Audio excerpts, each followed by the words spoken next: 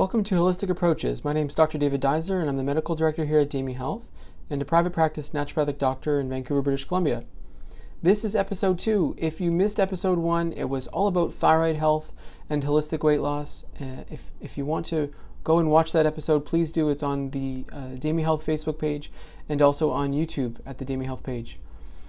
If it's your first time here, welcome. If you joined the DAMY Lean after last week's episode, special shout out to you guys for joining the program, and best of luck along the first few weeks of your journey. The purpose of holistic approaches is to highlight how counting calories may not be the best approach to weight loss for most people. Our hypothesis is that for most people, the best approach to weight loss is a holistic approach, bringing the body back to balance through the things that we cover in these episodes.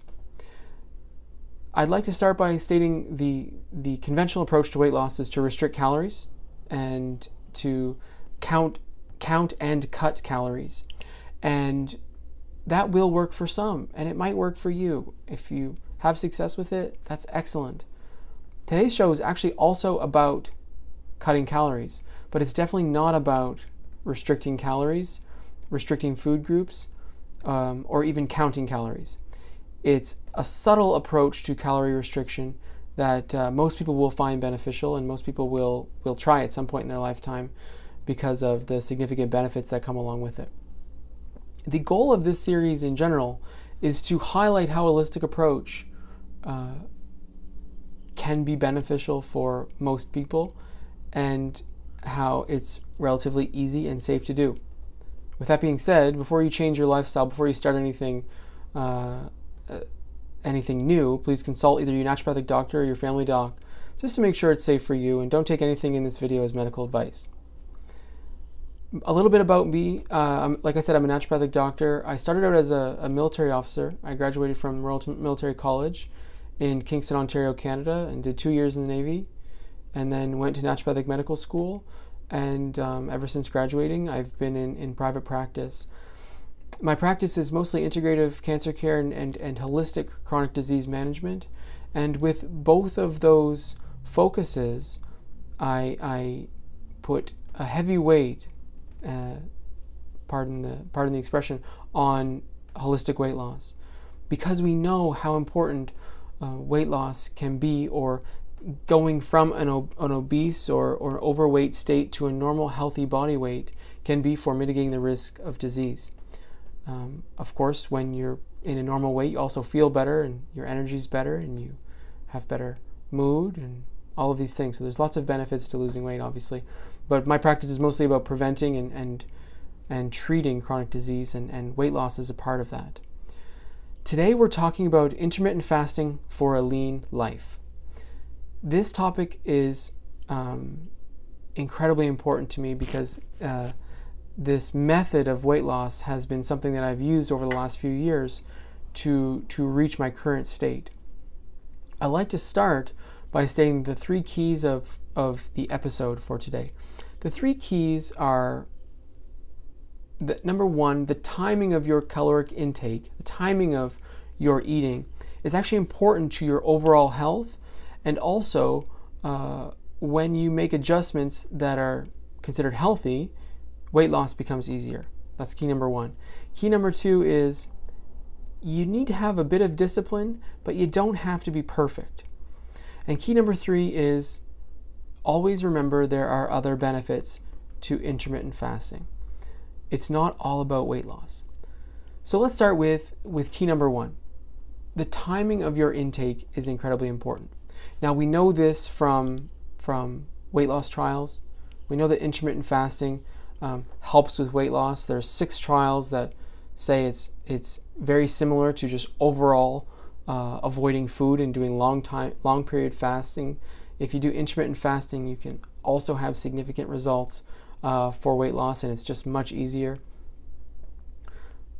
But we also believe that eating at night is bad for your health and bad for your weight loss goals in general anyways. Intermittent fasting, of course, is important because it cuts your overall caloric load, but not eating before bed helps with sleep. It helps with morning cortisol response. it helps with stress management, it helps with immune function, it helps with hormone management, it helps with a series of things. It helps with repair, and that goes along with immune function, but it helps with muscle repair. Intermittent fasting, and I'm really speaking about time-restricted eating, circadian rhythm-based, is helpful for many different things, not just weight loss. So that's section one. And I'd like to complete this section by telling my story. I was a varsity athlete in university. I played basketball for the college I went to. And my university was a military college, so we had a significant physical fitness component to the program. We all worked out intensely. The varsity athletes, especially because we had added what we called PT, we were all doing at least 2 hours a day. We had these very intense periods of training every single day for 4 years. At the same time, during our meal periods, we had unlimited food. So I worked out hard and I ate like crazy. I ate way too many calories, but I felt like I needed it at the time because we were exercising so hard. The tricky thing with a lifestyle like that is when the exercise ends, and eventually it does. For me, it was after graduation. There was a transition to obviously much less than 2 hours per day of physical fitness, and my craving and my desire for food was still there. I was still trying. My body still wanted to get that caloric intake that I was experiencing when I was working out so much. So I overate, and I ended up gaining weight, like many do. Many varsity athletes, when they retire officially, end up gaining weight. It's a fact of adulthood, but what I'm finding clinically is that people who consider themselves intense athletes, if their lifestyle significantly changes, like mine did, they very commonly will gain some weight. So I actually ended up going all the way to 209 pounds over the course of 4 to 5 years. And during that time, of course, was a naval officer and had to keep a specific physical fitness level during that time. But after retiring, I went back to school to become a naturopath, and there was obviously no physical fitness requirement. And when you're in an intense lifestyle, things happen. In an intense program, things happen. So I gained the weight, and then at that time, I went on the offensive. I tried to lose it. And of course, I went straight away to, let's exercise this weight off. So I tried to go back to my 2 hours a day. I tried to go back to my intense exercise that I was doing in military college. That's impossible for most adults. There's just no time, and your joints just can't take it. So of course that was not a success for me, so I turned to clean eating and I had some success. I followed the guidance of Amy and reduced my caloric intake. I cut out meat. I was eating incredibly healthy, and I lost some weight. I never reached the healthy weight. Now, I've never given too much weight, or I've never given too much credence to BMI, but my BMI never came down to a normal state. I've got some extra muscle, but I didn't have that much muscle. I could not get my weight down. So I had to reevaluate my lifestyle, and 2 years ago, I came across circadian rhythm intermittent fasting, 13-hour fasts every single night. So I gave it a try. I've used an app called Zero, which just tracks your nighttime eating, and within a month, my weight was down 10 pounds. After 2 months, 15 pounds. After 6 months, all the weight had come off. I was back down to a cool 168, 167, and since that time, I have been able to maintain 165 to 170, depending on fitness goals, for the last year and a half. So my point in telling this story is that the only thing that I was really doing wrong once I made the shift to healthy eating was I was eating before bed. I was consuming some calories every single night right before bed, like many do. And many people on a weight loss journey have trouble, come across what they call a plateau. So we try to find reasons for that plateau. And if you add up their caloric consumption, it seems like they still should be cutting. It seems like their weight still should be going down. But if you look at lifestyle, and if you look at circadian rhythm management and their sleeping patterns and their energy patterns and their cortisol release and their hormone release, and then you get to meal timings. Many of them are eating right before bed. It can even be simply a handful of nuts. It can be a piece of fruit. It can be something that would be considered very healthy. But most snacks come in the 100 to 250 to 300 calorie range. And over time, those add up, and they can halt your weight loss. They can put you in what you would call a plateau, even though you think you're exercising enough and you've made significant changes to your diet. The ability to lose weight can halt simply because of eating before bed. So intermittent fasting worked for me, and it works for many of my patients, especially those who know they eat within 3 hours before falling asleep. So you might be saying to yourself, I barely eat at night. I believe you, but my investigation usually comes across a few things. Yes, you barely eat at night, but what you are consuming in those 3 hours before bed add up. Number one, they probably spike your blood sugar just a little bit, just enough that you have an insulin response. And we know that when insulin comes, there's an anabolic effect. Your body wants to make tissue. But when you're going to sleep, you don't want to be making tissue. You want to be repairing from a workout, but you don't want to be making fat cells.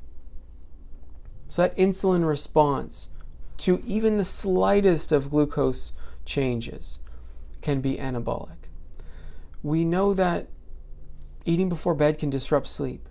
So even if it's a little bit, even if it's just a little glucose response and then a little cortisol response with that glucose response, melatonin will be blunted.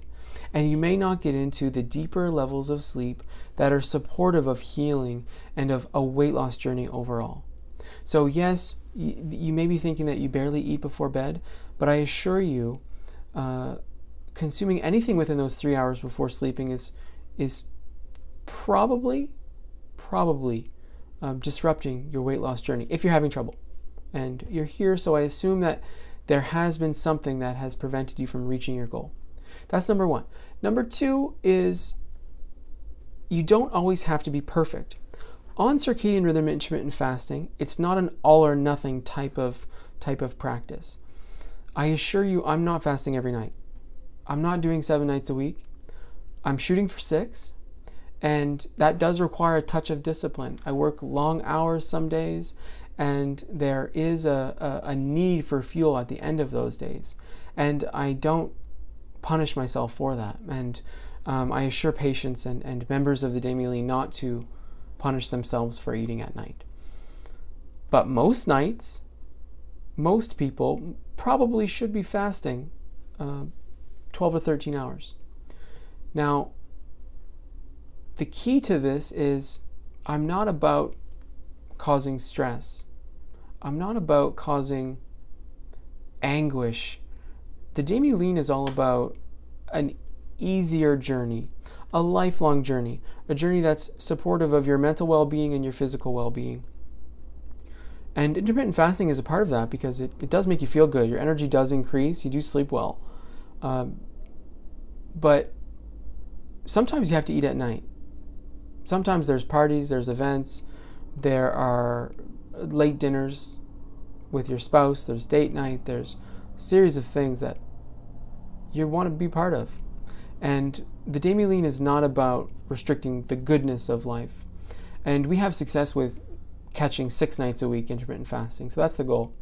So that's why we like to track and make sure that if one night we don't make it, let's just jump right back on the next night. As soon as you're done supper, stop eating. So that's number 2. Number 3 is I don't have any weight to lose, or I tried this and it didn't work. Well, guess what? There are other benefits of intermittent fasting. We know it's very healthy for immune response. We know that it's probably very, very good for sleep. It's probably really good for hormone release. We know that when you're into a fast, there's a better chance of having a nice growth hormone release, which can be helpful for repair. It doesn't help you build muscle, but it helps you repair from exercise, which is a key component of metabolism. You break down tissue, and then that tissue repairs, and that's a metabolic process that consumes energy. We know that when you fast, you don't lose muscle. It's very difficult to lose muscle on a fast. You have to go for basically longer than 40 days on just water. It's basically impossible to lose muscle while fasting unless you have a 0% or very, very low percentage of body fat. So don't worry about losing muscle. It will mostly be fats. This mental clarity comes with the energy of intermittent fasting. You'll notice that when you wake up in the morning, you have a clear mind. You're able to think. You're able to function properly. You're able to wake up with a nice cortisol response, with a nice energy response, and it feels very, very good. The other benefit that I want to mention is that giving the digestive tract a break from food is probably very healthy for the cells of the small and large intestines. They sometimes need a break from food, and we know that immune responses begin in the digestive tract, and fasting every night for 13 hours is a nice break for them to regenerate, to recover from the day of eating. So lots of benefits to intermittent fasting. The common misconception for this key is that, hey, I tried this for losing weight, but it didn't do anything. Give it some time. Over time, your metabolism will shift, and you'll get used to consuming calories and burning calories early in the day, and you'll get better at using the glucose you consume in your food. The second component to this misconception is that intermittent fasting really isn't all about weight loss. It's about this holistic approach to overall health that's conducive to a healthy body weight long term. So if you don't lose weight initially, that's okay. It's probably very good for your health to not eat before bed at a minimum, 3 hours before bed, just avoiding food. Overall, your health will most likely improve, and eventually that will lead to weight loss if you have some to lose. So that's kind of breaking that misconception of, I tried, it didn't work. Those are really the three keys to intermittent fasting I wanted to cover today. I'd like to finish today's show by restating the purpose of holistic approaches. Weight loss is not all about cutting calories, and it's really, really not about counting calories. Of course, for some it works, for most it doesn't. If you're in that category, the holistic approach might be appropriate for you. If you're interested in a program that takes the holistic approach into account, the DAMY Lean is our program. It's made up of 2 different sections. One is a video module course that takes you through a 10 module program that has intermittent fasting as one of the modules.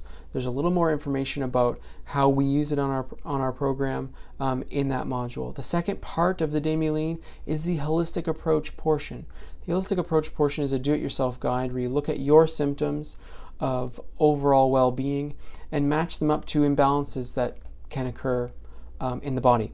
One of those common imbalances, or we would call them blocks to weight loss, is consuming too many calories before bed. And as part of a holistic approach, blood sugar management, craving management, we would practice intermittent fasting with those people. So that's really the DAMY Lean in a nutshell. I want to say thank you again for watching Holistic Approaches. If you enjoyed today's show, please share it on social media and spread the word. After last week, we had a number of people join the DAMY Lean, but I know more people most likely have gone and had their TSH checked.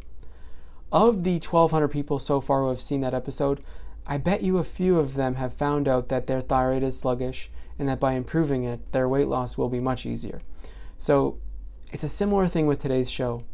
Of the thousands of people who will watch today's show, I bet you a lot of them are eating before bed just a few calories and having trouble losing weight. And by cutting those few calories, weight loss for them will be much easier. So if you enjoyed today's show, please like it and share it and spread it around. We want people to watch it because we think this is an important concept for overall health and wellness and for that holistic approach to weight loss. Again, my name is Dr. David Duizer. Thanks for watching and have a great week.